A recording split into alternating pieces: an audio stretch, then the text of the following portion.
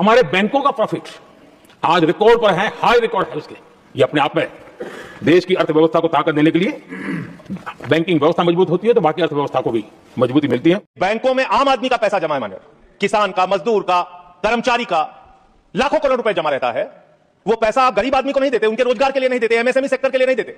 वो पैसा उठा के आप अपने चंद पूंजीपति मित्रों को दे देते हैं, जिन मित्रों से आप पीछे से चंदा लेते हैं और धंधा देते हैं, उन मित्रों को आप पैसा दे देते हैं। लेकिन आपके राज में, मोदी जी के राज में 9,000 करोड़ रुपए लेके विजय माल्या भाग गया, 20,000 करोड़ रुपए के लेके नीरव मोदी, मेहुल चौकसी भाग गया, 6,000 करोड़ रुपए लेके नितिन संदेशरा भाग गया, 2,500 करोड़ रुपए लेके ललित मोदी भाग गया। ये बड़े बड़े जो हजारों करोड़ रुपए के लुटेरे थे, हिंदुस्तान से भगाया किसने इनको? आपने भगाया। ये गुनाह आपने किया। इसलिए आपको देश की अर्थव्यवस्था को ठीक करने का आपकी मंशा नहीं है। आपकी जो 56 छुरी वाली सरकार थी, उन्होंने तो इन लोगों को भगाने का काम किया, इन लोगों को निकालने का काम किया, सिर्फ पैसे देने का काम किया। देश की जनता लूटी गई, बैंकों को आपने खाली करने का काम किया। और ऑथेंटिकेट करते हुए मैं आपको बताऊंगा मान्यवर, ये आपका लोकसभा में दिया गया सरकार का उत्तर है, मेरे घर पे नहीं बना। इसमें आप लोगों ने साफ तौर पे बताया है कि आपने करीब करीब 70% कर्जा, 5,44,000 करोड़ में से मात्र 1,60,000 करोड़ रुपए आपने कर्जा वसूला और बाकी सबका सब आपने माफ कर दिया। ये तो बड़ी अच्छी स्कीम है आपकी, बहुत अच्छी स्कीम है। यही स्कीम आप किसानों के लिए लाइए, यही स्कीम आप मजदूरों के लिए लाइए, रेहड़ी पटरी वालों के लिए लाइए, छात्रों के लिए लाइए, छोटे दुकानदारों के लिए लाइए। और कहिए कि अगर 1 लाख रुपए किसी किसान का बाकी रहेगा, 30,000 रुपए दे दे, उसका बाकी कर्जा माफ। कहिए कि अगर 1 करोड़ रुपए किसी दुकानदार का, छोटे व्यापारी का माफ रहेगा, बकाया रहेगा, उससे 30 लाख रुपए लेके 70 लाख रुपए माफ। क्योंकि यही काम तो किया है आपने।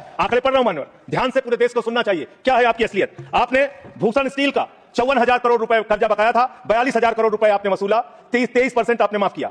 एसआर का, भूषण स्टील का 57,000 करोड़ रुपए बकाया था, 35,000 करोड़ वसूला, 38% आपने माफ किया। 8,000 करोड़ रुपए ज्योति स्ट्रक्चर्स का बकाया था, 55% आपने माफ किया। 91,000 करोड़ जीएचएफएल का बकाया था, 60% आपने माफ किया। भूषण पावर का 48,000 करोड़ रुपए बकाया था, 19,000 करोड़ रुपए वसूला, 60% माफ किया। इलेक्ट्रो स्टील्स का 14,000 करोड़ रुपए बकाया था, 5,000 करोड़ रुपए लिया, 62% आपने माफ किया। मोनेट इस्पात का 11,500 करोड़ रुपए बकाया था, 2,800 करोड़ रुपए वसूला, 75% कर्जा आपने माफ किया। एमटेक का 13,500 करोड़ रुपए बकाया था, 2,700 करोड़ रुपए वसूला, 80% आपने माफ किया। आलोक इंडस्ट्रीज का 30,000 करोड़ रुपए बकाया था, 5,000 करोड़ रुपए वसूला, 83% आपने माफ किया। लैंको इंफ्रा का 47,000 करोड़ रुपए बकाया था, 5,300 करोड़ रुपए आपने वसूला, 88% कर्जा आपने माफ किया। वीडियोकॉन का 46,000 करोड़ रुपए बकाया था, 2,900 करोड़ रुपए वसूला, 94% कर्जा आपने माफ किया। एबीसी शिपयार्ड का 22,000 करोड़ रुपए बकाया था, 12,000 करोड़ रुपए वसूला, 95% आपने माफ किया। आपने श्रीवासनकरण इंडस्ट्रीज का 4,800 करोड़ रुपए बकाया था, 320 करोड़ रुपए आपने वसूला, 95% कर्जा आपने माफ किया।